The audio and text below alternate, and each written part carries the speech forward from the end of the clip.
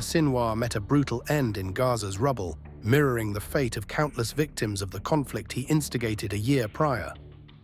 Killed on October 17th during a confrontation with an Israeli patrol, the Hamas leader's death marks a significant turning point in a conflict that he believed would herald the demise of Israel, though it has instead created chaos for Hamas and the people of Gaza.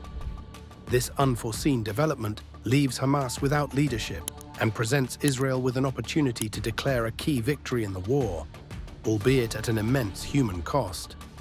As a result, the chances for a ceasefire and the release of hostages may have increased, potentially paving the way for de-escalation in the region, even as tensions continue in Lebanon and fears of Israeli retaliation against Iran persist.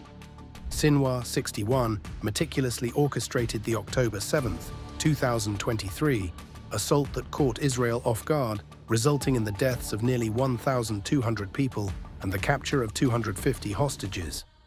Since then, he had operated from underground, evading capture by communicating through handwritten notes while avoiding technology that could be tracked. Although he remained out of sight, he continued to direct military operations and negotiations from his concealed location. However, despite being at the top of Israel's hit list, it was a chance encounter with an Israeli patrol that ultimately led to his demise, rather than advanced intelligence efforts.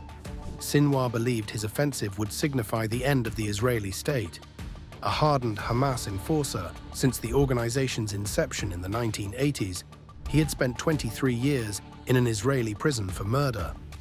After his release in a 2011 prisoner exchange, he began planning the assault that unfolded on October 7th. Despite achieving tactical success initially, the follow-up actions of the Israel Defense Forces, IDF, severely undermined Hamas's military strength, resulting in catastrophic losses in Gaza, where over 40,000 people have died, igniting global outrage. Several key questions emerge following Sinwar's death. First, what will happen to Hamas now that it faces a leadership crisis?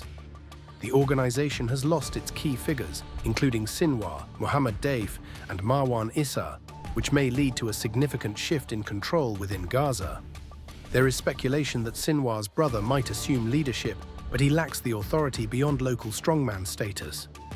Some analysts believe that local leaders could rise to challenge Hamas's influence. Second, could the current conditions lead to a ceasefire in Gaza? The remnants of Hamas may seek to negotiate a truce, using the hostages as leverage to maintain control. Following Sinwar's death, Israeli Prime Minister Benjamin Netanyahu hinted at the possibility of a deal, stating that those who disarm may be allowed to leave safely. This suggests a shift in Israeli policy, especially with increasing pressure from the US for a ceasefire. Lastly, the prospect of a ceasefire might facilitate broader regional de-escalation.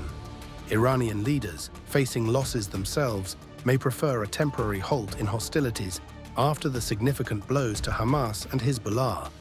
There remains a potential for a wider resolution, contingent upon Israel's military responses and negotiations. While Sinwar's death represents a major shift, it could also open a pathway for Israel to de-escalate the ongoing conflict. This presents a complex but possible opportunity for a new phase in the region's turbulent dynamics.